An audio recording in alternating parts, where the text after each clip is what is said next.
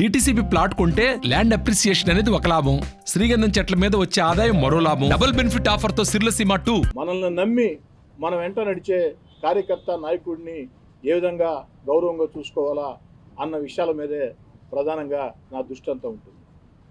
నా ఒక్కడి మీద విమర్శలు చేసి ఉంటే నేను సమాధానం కూడా చెప్పేవాడిని కాదు. కానీ నెల్లూరు జిల్లా రాజకీయాల్లో వివాద రహితుడు, అందరికీ స్నేహశీలి, అన్ని రకాల కూడా అందరితో కూడా కలివిడిగా ఉండే వ్యక్తి, రాజకీయాల్లో ఎలాంటి భేషజాలు లేని వ్యక్తి, ఎంతో ఉన్నత స్థానంలో ఉండి కూడా అందరితో గౌరవంగా ఉండే వ్యక్తి వేమిరెడ్డి ప్రభాకర్ రెడ్డి గారు. వేమిరెడ్డి ప్రభాకర్ రెడ్డి గారు వైఎస్ఆర్ కాంగ్రెస్ పార్టీలో ఉన్నంత కాలం మిగతా ఏ రాజకీయ పార్టీ కూడా వారి గురించి ఒక్క మాట వ్యతిరేకంగా మాట్లాడాల. ఎందుకంటే వారి మీద ఆ గౌరవం అందరికీ ఉండింది. వైఎస్ఆర్ కాంగ్రెస్ పార్టీ నాయకులు మాత్రం వేమిరెడ్డి ప్రభాకర్ రెడ్డి గారు తమ పార్టీ నుంచి దూరంగా జరుగుతూనే, ఒరే వేమిరెడ్డి ప్రభాకర్ రెడ్డి గారు లాంటి వ్యక్తుల్ని మనం వదులుకున్నామే, ఇది మనం చేసిన పాపం కాదా అన్న ఆలోచన చేయకుండా ఎదురుదాడి దిగుతూ ఉన్నారు. నిన్నటి రోజున విజయసాయిరెడ్డి గారు నెల్లూరు వచ్చారు. ఆ నెల్లూరులో జరిగినటువంటి వారి స్వాగత ర్యాలీ ఎంత అట్రప్లాపో ప్రజలంతా కూడా నవ్వుకుంటూ ఉన్నారు. మీడియా కూడా దీనికి ప్రత్యక్ష సాక్ష్యం.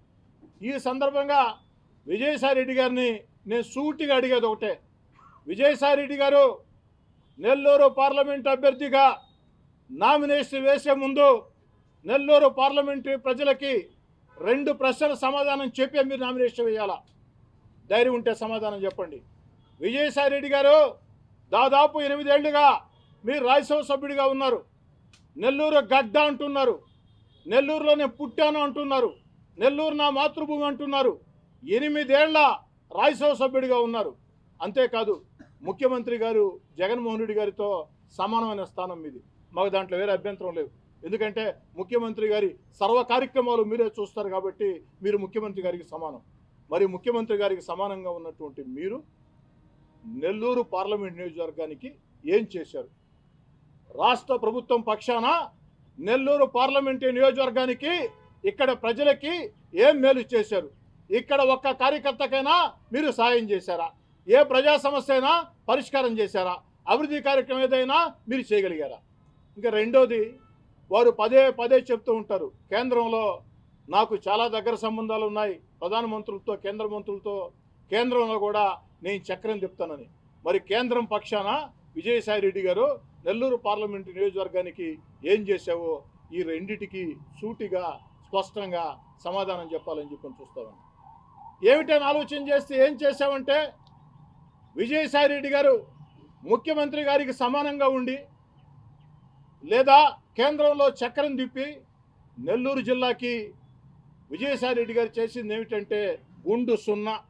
అందుకే విజయసాయిరెడ్డి గారు నెల్లూరు పార్లమెంటు ప్రజలు నీకు గుండు సున్నా పెట్టబోతున్నారు. 3 లక్షల ఓట్ల మెజార్టీతో నువ్వు ఓడిపోతున్నావు. 3 లక్షల ఓట్ల మెజార్టీతో వేమిరెడ్డి ప్రభాకర్ రెడ్డి గారు గెలుస్తున్నారు. 3 లక్షల ఓట్ల తేడాతో విజయసాయిరెడ్డి గారు నువ్వు ఓడిపోతున్నావు. ఎందుకంటే నెల్లూరు పార్లమెంట్ ప్రజలకి నువ్వు చేసింది గుండు సున్నా కాబట్టి నీకు పెద్ద సున్నా నెల్లూరు ప్రజలు పెట్టబోతున్నారు.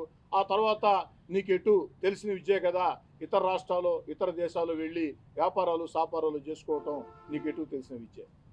ఇకపోతే ఈ సందర్భంగా నెల్లూరు నగర ఎమ్మెల్యే అనిల్ నిన్న కార్యకర్తల సమావేశం పెట్టాడు అంటే ఆయన పాల్గొన్నాడు.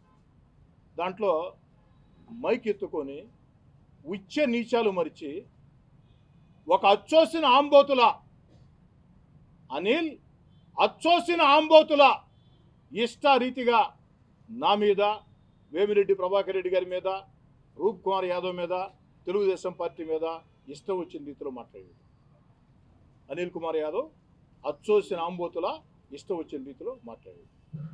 అనిల్ కుమార్ యాదవ్ చెప్పాడు, ద్రోహులు వీళ్ళంతా వైఎస్ఆర్ కాంగ్రెస్ పార్టీలో ఎమ్మెల్యేలై, వైఎస్ఆర్ కాంగ్రెస్ పార్టీలో ఎంపీలై, వైఎస్ఆర్ కాంగ్రెస్ పార్టీలో డిప్యూటీ మేయర్లై, వీళ్ళంతా ద్రోహులు.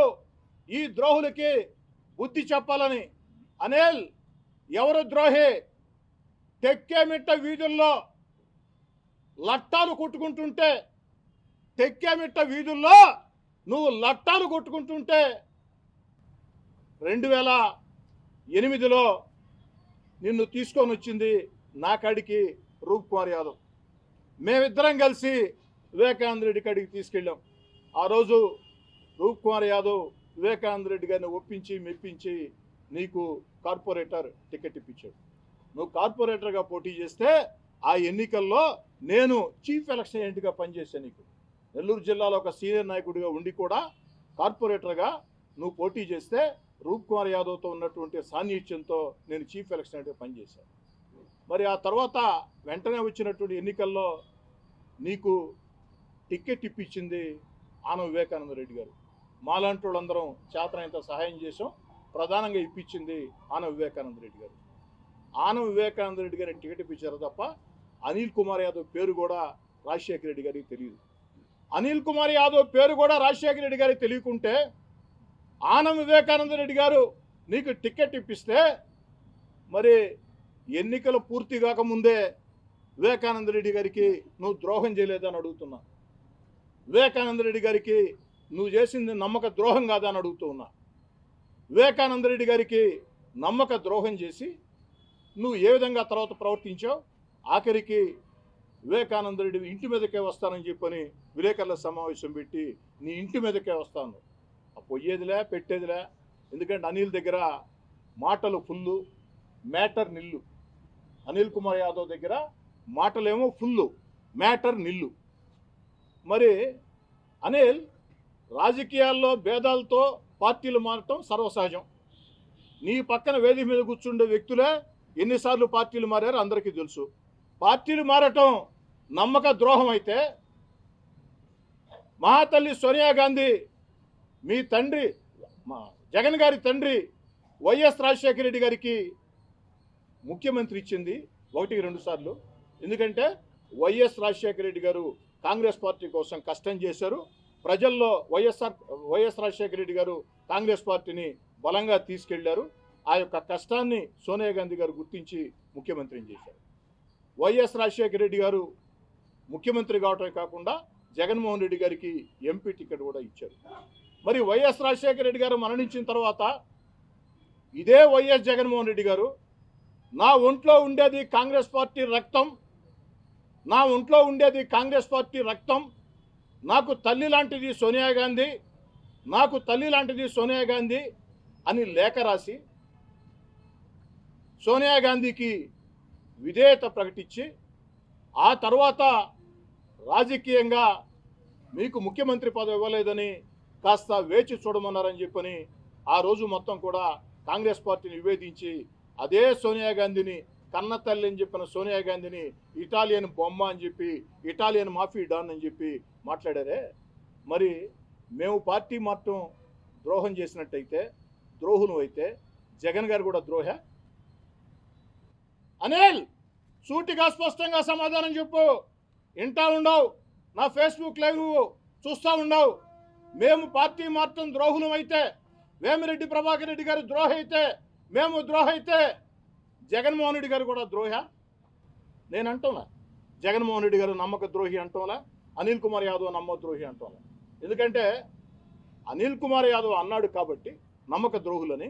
అయ్యా నీ పేరు కూడా రాజశేఖర రెడ్డి గారికి తెలియదు, ఆనం వివేకానంద రెడ్డి గారిని టికెట్ ఇప్పించాడు, నువ్వు ద్రోహం చేసి వెళ్ళిపోయావు. మరి నువ్వు ద్రోహి అవుతావు, కానీ రాజకీయ విభేదాల సహజం. నువ్వు వెళ్ళిపోవడం కూడా నేను తప్పట్టంలే, వివేకానంద రెడ్డి గారితో విభేదించడం కూడా నేను తప్పట్టంలే. కానీ రాజకీయాల్లో విభేదించి పార్టీ మార్చడం ద్రోహం అయితే, నమ్మక ద్రోహం అయితే మీ నాయకుడు వైఎస్ జగన్మోహన్ రెడ్డి గారిది మీది నమ్మక ద్రోహమేనా? సూటిగా అనిల్ కుమార్ యాదవ్ స్పష్టంగా సమాధానం చెప్పాలి. ఇకపోతే అనిల్ కుమార్ యాదవ్ మాట్లాడాడు. ఏమని చెప్పాడంటే, ఏదైతే నేను మాత్రమే ఒరిజినల్, అందరూ కూడా డూపులని. అనిల్ పుట్టింటి సంగతి మేనమాంక తెలియదని నా కాడ రూపుకాడ పెరిగినోడివే, నీ సంగతి మాకంటే ఎక్కువ తెలుసమ్మా. నువ్వు తొడలు కొట్టడం, మీసాలు తిప్పటం తప్ప నీ కాడ మాటలు ఫుల్లు, మ్యాటర్ నిల్లు తప్ప ఏమన్నా ఉందా?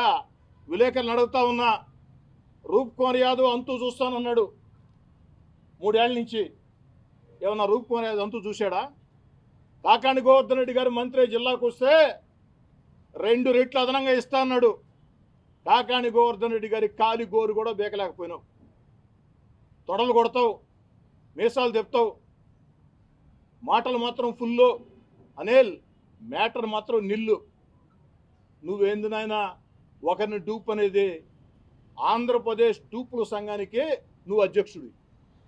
ఆంధ్రప్రదేశ్ డూపుల సంఘం ఎన్నికలు పెడితే అత్యంత భారీ మెజార్టీతో గెలవబోయేది అనిల్ కుమార్ యాదవ్. నసరాపేటలో ఎంపీ గెలవడు, చిత్తుగా ఓడిపోతాడు.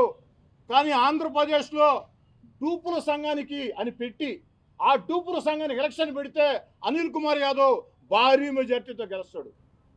ఆల్ డూప్ అనిల్, ఆల్ డూప్ అనిల్. నువ్వు అందరినీ పట్టుకొని డూప్ అంటున్నావా? నువ్వు పెద్ద డూపు, నీ మాట ఒక డూపు, నీ నడక ఒక డూపు. నువ్వేందని ఒకరిని డూప్ అనేది? ఏదైనా ఎప్పుడైనా చేస్తుండవు? తొడలు కొట్టడం, మీసాలు తిప్పటం తప్ప ఎవరినైనా ఏమైనా చేసి ఉండవా? ఓన్లీ మాటలు మాత్రం ఫుల్. వాడంతు తేలస్తా, ఈడంతు తేలస్తానని చెప్పని. ఏందా ఇది? ఇకపోతే అనిల్ కుమార్ యాదవ్ చెప్పాడు, లెక్కలు అధికారంలోకి వస్తానే సరిచూస్తామని. అనిల్, ఆల్రెడీ అధికారంలో ఉండవు. నువ్వు అధికారంలో ఉండవా? ఇప్పుడు 2 ఏళ్ల నుంచి రూపుని దూరం అయ్యాడు. రూప్ అంతేం చూసావు? 16 నెలలు నేను వైఎస్ఆర్ కాంగ్రెస్ పార్టీ దూరంగా జరిగా. అనిల్, నువ్వు నీ వెనకుండే నాయకులు నా కాలి గోరు కూడా బేకలేకపోయారు. అనిల్, నువ్వు నీ వెనకుండే నాయకులు నా కాలి గోరు కూడా బేకలేకపోయారు.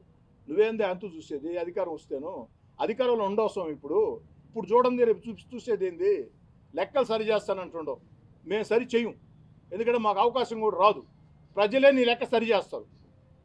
ప్రజలే నీ లెక్క, అనిల్ లెక్క, వైఎస్ఆర్ కాంగ్రెస్ పార్టీ లెక్క ప్రజలే సరి చేస్తారు. కాబట్టి నీ లెక్క సరి చేసే అవకాశం మాకు రాదు. కానీ ఒకటి మాత్రం వాస్తవం అనిల్, లెక్కలు సరి చూస్తా ఉన్నావు కదా, జాగ్రత్త, లెక్కలు బాగా రాసి పెట్టుకో. వచ్చే తెలుగుదేశం పార్టీ జనసేన ప్రభుత్వంలో నువ్వు 6 నెలలు అడిగావు. 6 నెలలు వెళ్ళా. 6 రోజుల్లోనే క్వాడ్జీ మీద సిఐడి ఎంక్వైరీ వస్తుంది. అనిల్, ఇసుక, క్వాడ్జీ, సిలికా మీద సిఐడి ఎంక్వైరీ వస్తుంది. సమాధానాలకి రాసి పెట్టుకో. అనిల్, పాత రోజుల్లో చిన్నప్పుడు సినిమాల్లో చూసేవాళ్ళమే, ముఖ్యంగా హిందీ సినిమాల్లో బాగా చూసేవాళ్ళమే. బందిపోట్లు ఉండేవాళ్ళు. పాపం ఊర్లో వాళ్ళందరూ కాయ కష్టం చేసి మొత్తం అంతా ఫలసాయం అంతా దగ్గర పెట్టుకుంటే గుర్రాలు వేసుకొని టకటక వచ్చి మొత్తం ఎత్తుకోబోయేవాళ్ళు బందిపోట్లు అనేవాళ్ళు. ఇప్పుడు ఆ బందిపోట్లు లేరు, కానీ నువ్వు నయా బందిపోటువి. పాపం క్వాడ్జీ అనేక సంవత్సరాలుగా మార్కెట్లో రేటు రాక ఇళ్లల్లో భారీ నగలమ్మి, ఆస్తునమ్మి లీజులు కట్టుకుంటూ ఉంటే ఈరోజు 100 రెట్లు 200 రెట్లు అంతర్జాతీయ మార్కెట్లో క్వాడ్జీ పెరిగితే క్వాడ్జీ ఓనర్లని ఇష్టారాజ్యంగా దౌర్జన్యం చేసి వాళ్ళ మైండ్లోకి వెళ్ళి ఒక నయా బందిపోటు అనిల్, నువ్వు నీ అనుచరులు మొత్తం కూడా ఆ యొక్క క్వాడ్జీని 100 కోట్ల క్వాడ్జీని తరలించేశారు. పాపం ఇసుక చిన్నోళ్ళు, ట్రాక్టర్లోళ్ళు, టైర్ బళ్ళోళ్ళు, చిన్నోళ్ళు ఇసుక తీసుకుంటుంటే వాళ్ళందరూ నోళ్లు కొట్టి, ప్రభుత్వం నోళ్లు కొట్టి జగన్మోహన్ రెడ్డి గారితో భాగస్వామ్యం పెట్టుకొని జగన్మోహన్ రెడ్డి గారి బినామీగా నువ్వు, జగన్ రెడ్డి గారి తమ్ముడు వైఎస్ అనిల్ రెడ్డి ఇద్దరు కలిసి ఇసుకంతా కొల్లగొట్టారు. ఇసుక కొల్లగొట్టారు, క్వాడ్జీ కొల్లగొట్టారు, సిలికా కొల్లగొట్టారు. నెల్లూరులో ఎన్ని రకాల పొలాల మీద ఏ విధంగా బెదిరించి రిజిస్ట్రేషన్ చేసుకున్నారో అందరికీ తెలుసు.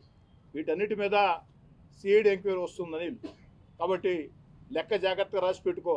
మా లెక్కలు నువ్వు సరిచేసే అవకాశం నీకు రాదు, ఎందుకంటే ప్రభుత్వం మీద ఎటు రాదు. నీ లెక్క సరి మేం చేద్దామంటే మాకంటే ముందు జనం చేసేటట్టున్నారు, దాంట్లో అనుమానంలే. మళ్ళీ చెప్తున్నా, రాసి పెట్టుకో. నెల్లూరులో వేమిరెడ్డి ప్రభాకర్ రెడ్డి గారు ఎంత భారీ మెజార్టీతో గెలవబోతున్నారో నువ్వు అంత భారీ మెజార్టీతో నర్సరావుపేటలో ఓడిపోబోతున్నావు. దీంట్లో ఎలాంటి అనుమానం. నేను నర్సరావుపేటలో ఉండే తెలుగుదేశం పార్టీ నాయకులందరికీ ఒక మాట చెప్తున్నా, మీరు ప్రశాంతంగా ఉండండి. ఎందుకంటే పల్నాడు జిల్లాలో వైఎస్ఆర్ కాంగ్రెస్ పార్టీని ఎవరో కథం చేయబడలా, మా అనిల్ కథం చేస్తాడు. పచ్చని వైఎస్ఆర్ కాంగ్రెస్ పార్టీ నెల్లూరు జిల్లాలో ఉంటే 10కి 10 స్థానాల వైసీపీ నెల్లూరు జిల్లాలో ఉంటే అహంకారంతో, అధికార మదంతో, డబ్బు మదంతో మిడిసిపడుతో నెల్లూరు జిల్లాని సర్వనాశనం చేసేసి 3 జిల్లాలు దాటి పల్నాడుకు వచ్చాడు. కాబట్టి ఆ పల్నాడులో వైఎస్ఆర్ కాంగ్రెస్ పార్టీ కాస్త కోసం బతుకుంటే దాన్ని కూడా సర్వం సమాధి చేస్తాడు. తెలుగుదేశం పార్టీ నాయకులారా ప్రశాంతంగా ఉండండి. అనిల్ కుమార్ యాదవ్ పల్నాడుకు వచ్చి మీ నెత్తిన పాలు పోసాడు, దాంట్లో ఎలాంటి అనుమానం లేదు. మీరు కొంత కష్టపడితే మీరు కష్టం లేకుండానే అనిల్ కుమార్ యాదవే పల్నాడు జిల్లాలో వైఎస్ఆర్ కాంగ్రెస్ పార్టీని ఖతం చేస్తాడు. అనిల్ని అడుగుతున్నా, అనిల్, వేమిరెడ్డి ప్రభాకర్ రెడ్డి గారి పేరెత్తి అర్హత నీకుందా? అనిల్ కార్పొరేటర్గా పోటీ చేసినప్పుడు ఆ రోజు వేమిరెడ్డి ప్రభాకర్ రెడ్డి గారు రాజకీయాల్లో కూడా లేరు. వాళ్ళ ఇంటికి వెళ్ళి నువ్వు చందా తెచ్చుకున్న మాట నిజం కాదా? కార్పొరేటర్గా నువ్వు పోటీ చేసినప్పుడు విపిఆర్ గారు రాజకీయాలు కూడా లేరు, ఇంటికి వెళ్ళి చందా తెచ్చుకున్నావు. తర్వాత నువ్వు నేను రూపు అందరం కలిసి రాజీవ్ భవన్ పెడితే ఆ రోజు మన ఎవరు ఎమ్మెల్యేలం కాదు, అధికారంలో కూడా లేవు. నెల్లూరులో ఆనం కుటుంబం అప్రఖ్యాతంగా అధికారం చలాయిస్తుంది. మనతో జనం మాట్లాడాలంటే భయపడే రోజులు, వ్యాపారస్తులు మనకు సహాయం చేయాలంటే భయపడే రోజులు. ఆ పరిస్థితిలో రాజన్న భవన్కి వేమిరెడ్డి ప్రభాకర్ రెడ్డి గారు చేసిన సహాయాన్ని మర్చిపోయావని. ఇకపోతే అనిల్ 2014 ఎన్నికల్లో 2019 ఎన్నికల్లో నీకు నాకు ఇద్దరికి వేమిరెడ్డి ప్రభాకర్ రెడ్డి గారు చేసిన సహాయం మర్చిపోయావా? ఎన్ని ఫ్లెక్స్లు వేసావా దానికి? నువ్వు ఫ్లెక్స్లు వేసుకుంటాడు అన్నావు. నువ్వు కార్పొరేటర్గా చందా తీసుకున్నావు, 2 సార్లు ఎమ్మెల్యేగా చందా తీసుకున్నావు. ఇంకా దారుణం ఏంటంటే మంత్రి పదవి దిగిపోయిన తర్వాత సంపాదించిన 100 కోట్లు బినామీల పేరుతో పెట్టి నా దగ్గర డబ్బులు లేవు, నా దగ్గర డబ్బులు లేవు, నా దగ్గర డబ్బులు లేవు అని చెప్పని పేదర్పులు అరస్తుంటే వేమిరెడ్డి ప్రభాకర్ రెడ్డి గారు నీకు చేసిన సహాయం, ఆ సహాయం మధ్యవర్తి ఈయనే రూప్కుమార్ యాదవ్ మధ్యవర్తి. అనిల్ కాదా ఎన్ని ఫ్లెక్స్లు వేసావా ఇప్పుడు నువ్వు? వేమిరెడ్డి ప్రభాకర్ రెడ్డి గారు పిల్లి బిచ్చం పెట్టాడంట. మరి ఎప్పుడో రాజకీయాల్లో ఆయన రాకముందే 2008లో అంటే దాదాపు 16 ఏళ్ల ముందే చందా తెచ్చుకున్నావు కదా, అది సాయం కాదా? 2014లో నీకు నాకు ఇద్దరికి సాయం చేశాడే, అది సాయం కాదా?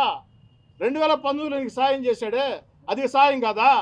మంత్రి పదవి ఇంట్లో ఉంటే వేదర్పులు అరుస్తూ ఉంటే అతిపెద్ద సాయం చేశాడే, అది సాయం కాదా? వేమిరెడ్డి ప్రభాకర్ రెడ్డి గారు దాదాపు 200 మంది విద్యార్థులకి ఉచితంగా చదువులు చెప్పిస్తున్నాడు. ట్రాన్స్పోర్ట్ దగ్గర నుంచి, యూనిఫారం దగ్గర నుంచి, పుస్తకాల దగ్గర నుంచి చదువు దాకా విపిఆర్ విద్యాసేవ కింద చదువులు చెప్పిస్తున్నాడు. జిల్లాలో వందలాది వాటర్ ప్లాంట్లు వేమిరెడ్డి ప్రభాకర్ రెడ్డి గారు పెట్టారు. అంతేకాదు ప్రతిరోజు 40 మంది పేషెంట్లకి విపిఆర్ వైద్య సేవ కింద 40 మంది పేషెంట్లకి వైద్య సేవలు అందిస్తూ ఉన్నారు. అంతేకాకుండా విపిఆర్ వికాస్ కింద ప్రతిభావంతులు ఉంటే క్రీడాకారుల్ని ప్రోత్సహించాలని చెప్పని వారికి ఆర్థిక సాయం అందిస్తూ ఉన్నారు. ఇక తెలిసినవి అయితే తెలియని చాలా ఉన్నాయి. 2019లో నీకు నాకే కదా అనిల్, జగన్ గారికి విపిఆర్ గారు ఏం చేశారో నీకు తెలుసు, నాకు తెలుసు, జగన్ గారికి తెలుసు, ఇదే విజయసాయి రెడ్డికి తెలుసు, పైనుండే భగవంతుడికి కూడా తెలుసు. మరి నోరుందని అచ్చోసిన ఆంబోతుల ఇష్టారాజ్యంగా నువ్వు మాట్లాడితే ఎంతవరకు సమంజసం అది? మళ్ళీ చెప్తున్నా అనిల్, నా మీద నువ్వు మాట్లాడి ఉంటే నేను పట్టించుకో ఉండేవాడిని కాదు. కానీ ఒక పెద్ద మనిషి మీద పార్టీ రాజకీయాలకు అతీతంగా నిన్న విజయసాయి రెడ్డి చెప్పాడు. ఏం చెప్పాడు? వేమిరెడ్డి ప్రభాకర్ రెడ్డి గారు నాకు మంచి స్నేహితుడు, రాజకీయాల్లో స్నేహం వేరు గౌరవం వేరు, వారంటే మాకు ఎప్పుడు గౌరవం అని చెప్పారు. మరి నీ సొంత పార్టీ ఎంపీ అభ్యర్థి, ముఖ్యమంత్రితో సమానమైన వ్యక్తి ఆయన ఆ మాట చెప్తే నీ ఇష్టారతిగా మాట్లాడుతూ ఉంటే ఎంతవరకు కరెక్ట్? పాపం అంట విజయసాయి రెడ్డి వచ్చాడంట, విపిఆర్ ప్యాంటు తడుముకుంటా ఉన్నాడంట, ప్యాంటు తడిసిపోతా ఉందంట విపిఆర్ది. అనిల్, విపిఆర్ ప్యాంటు తడుస్తుందో లేదో పక్కన పెడితే నారాయణ సార్ మీద పోటీ చేసేదానికి ధైర్యం లేక అప్పుడు దాకా రాసుకోరా సాంబా నేనే నెల్లూరు అభ్యర్థిని, రాసుకోరా రంగా నేనే నెల్లూరు అభ్యర్థిని, రాసుకోరా సాంబా మళ్ళీ చెప్తున్నా నేనే నెల్లూరు అభ్యర్థిని ప్రగల్భాలు పలికి నువ్వు జనంలో ఒక రౌండ్ తిరిగి పరిస్థితి అర్థమయ్యే నారాయణ సార్ దెబ్బకి ప్యాంటు తడుపుకున్నావో కింద ఇంకేదైనా తడుపుకున్నావో 3 జిల్లాలు దాటావు. రాసుకోరా సాంబా ఎలా పోయింది తమ్ముడు అనిల్? రాసుకోరా సాంబా ఎలా పోయింది? ఏం రాసుకోవాలి ఇప్పుడు? ఏం రాసుకోవాలా? నేనే పోటీ అన్నావు కదా. 3 జిల్లాలు దాటావు నారాయణ సార్ దెబ్బకి. 3 జిల్లాలు దాటి ఏం దడిసిందో నీ కింద ఏం కారిందో మాకైతే తెలియదు, కానీ 3 జిల్లాలు దాటావు. అయితే ఒకటి మాత్రం వాస్తవం అండి, పల్నాడు తెలుగుదేశం పార్టీ నాయకులు మాత్రం బహు అదృష్టవంతులు, మహా అదృష్టవంతులు. దాంట్లో ఏ అనుమానాలు. వాళ్ళు చేయాల్సిన కష్టం అంతా అనిలే చేసేసి నెల్లూరు జిల్లాలో ఏ విధంగా సర్వనాశనం చేశాడు వైఎస్ఆర్ కాంగ్రెస్ పార్టీని, పల్నాడు జిల్లాలో కూడా ఆ పుణ్యం కట్టుకుంటాడు. కాబట్టి తెలుగుదేశం పార్టీ నాయకులారా అనిల్ ఫోటోలు తీసి పెట్టుకోండి, ఎందుకంటే భవిష్యత్తులో చూసుకుంటా వచ్చు. అనిల్ థ్యాంక్ యూ అని చూసుకుంటూ ఉండొచ్చు, ఏం ఇబ్బంది లేదు. పోతే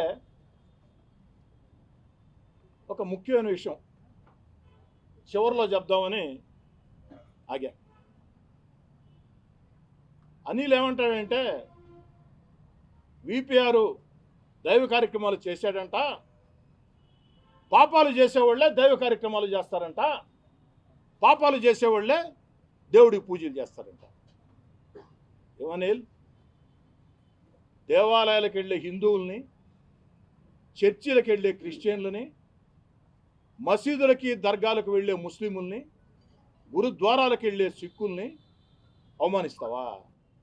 అంటే పాపాలు చేసిన వాళ్ళు దేవుడి కాడికి పోతారా? పాపాలు చేసిన వాళ్ళే పూజలు చేస్తారా? పాపాలు చేసిన వాళ్ళే దైవ కార్యక్రమాలు చేస్తారా?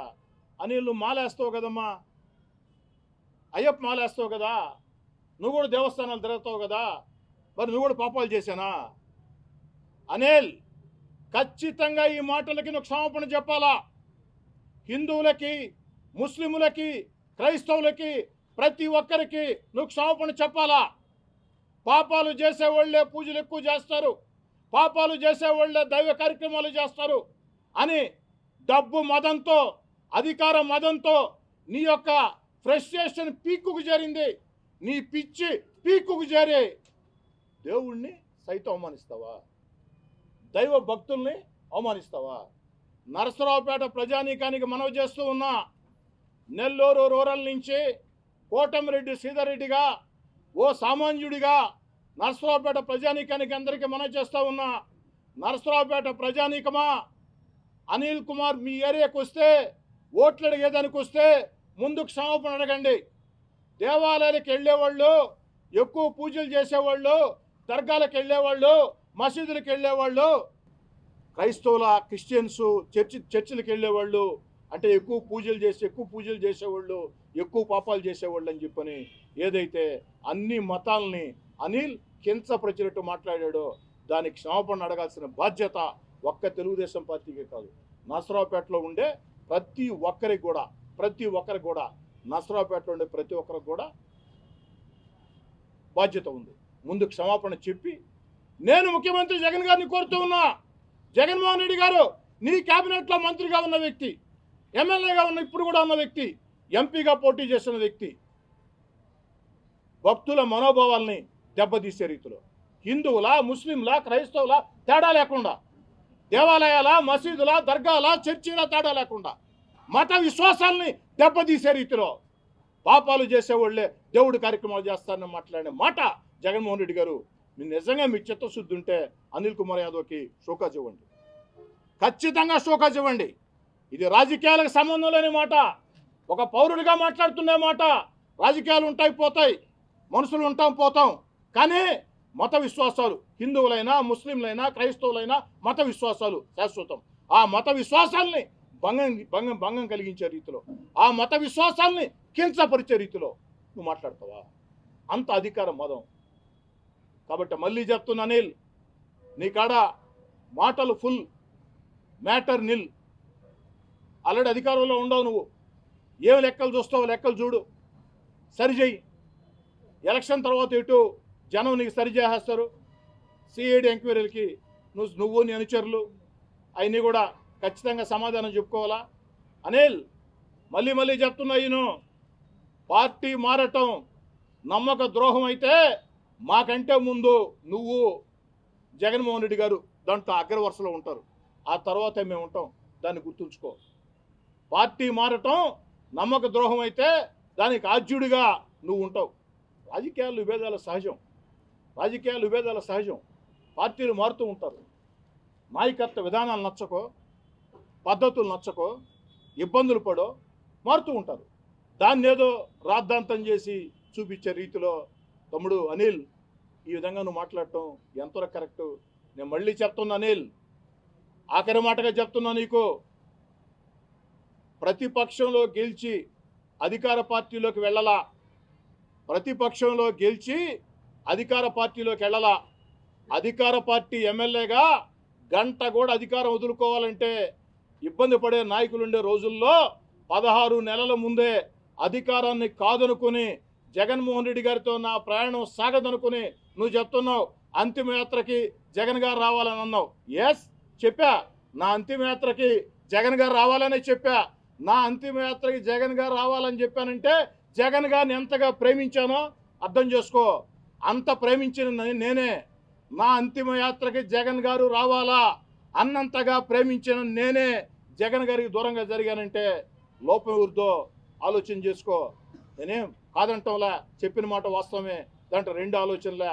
కాబట్టి అధికారాన్ని వదులుకొని వచ్చా, అంతేగాని ఆఖరి దాకా జగన్మోహన్ రెడ్డి గారితో ఉండి జగన్మోహన్ రెడ్డి గారి బీఫారం తీసుకొని నేను రాలా. నీ పక్కన ఉన్నాడు పాపం పెద్దలు, నీ పక్కన ఉన్నారు పెద్దలు. అదేదో ఒక కథ ఒకటి ఉంది పాపం, కథ.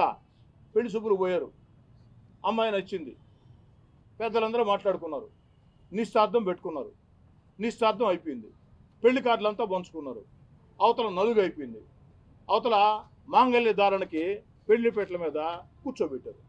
కూర్చోబెట్టిన తర్వాత ఆవుతులంతా కూడా ఎదురు చూస్తున్నారు. పాపం పెళ్లి కుమారుడు పెళ్లి కూతురికి తాళి కట్టేస్తే అక్షింతలేసి ఆతిథ్యం సేకరించి పోతామని, పెళ్లి కూతురు కూడా పాపము ఎంతో ఆకాంక్ష ఎదురు చూస్తామని తాళి కట్టిన తర్వాత అరుంధతి నక్షత్రం చూడాలని చెప్పాను. అయ్యోరు మాంగళ్యే తంతున అంటూ నేరుగా ఆ తాళిబొట్టు పెళ్లి కొడుకు ఇస్తాడు. ఆ పెళ్లి కొడుకు ఆ తాళిబొట్టు పెరుక్కొని జేబులు వేసుకొని పరుగో పరుగో పరుగో పరుగో. ఒక పార్టీలో బీఫారం తీసుకొని అది నాయన తమ్ముడు అనిల్ మోసం అంటే, అది నమ్మక ద్రోహం అంటే, అధికార పార్టీని వదిలి 16 నెలల మీద వచ్చావంటే అది మా వ్యక్తిత్వం అంటే. ఇకపోతే నువ్వు చెప్తున్నావంట వాళ్ళ చేత పెట్టిస్తా వీళ్ళ చేత పెట్టిస్తానని. నీ ఇష్టం అనిల్, ఎవరు చేతనే పెట్టించుకోమా, నాకేం అభ్యంతరం లేదు, ఎవరు చేతనే పెట్టించుకో. కానీ నువ్వైతే మాత్రం ఖచ్చితంగా నీ వ్యాఖ్యలు మత విశ్వాసాలు దెబ్బతీసే రీతిలో, హిందువుల, ముస్లింల, క్రైస్తవుల మత విశ్వాసాలు, దైవాచారాలు, దైవ భక్తిని కించపరిచే రీతిలో మాట్లాడిన మాటల్ని వెనక్కి తీసుకుని క్షమాపణ చెప్పాలా, లేకుంటే ఖచ్చితంగా ప్రజలు 2 శిక్ష నీకు విధిస్తారని. మరిన్ని వీడియోస్ కోసం ఛానల్ ని సబ్స్క్రైబ్ చేయండి, లేటెస్ట్ అప్డేట్స్ కోసం వాట్సాప్ ఛానల్ ని ఫాలో చేయండి అండ్ లింక్ డిస్క్రిప్షన్ లో ఉంది.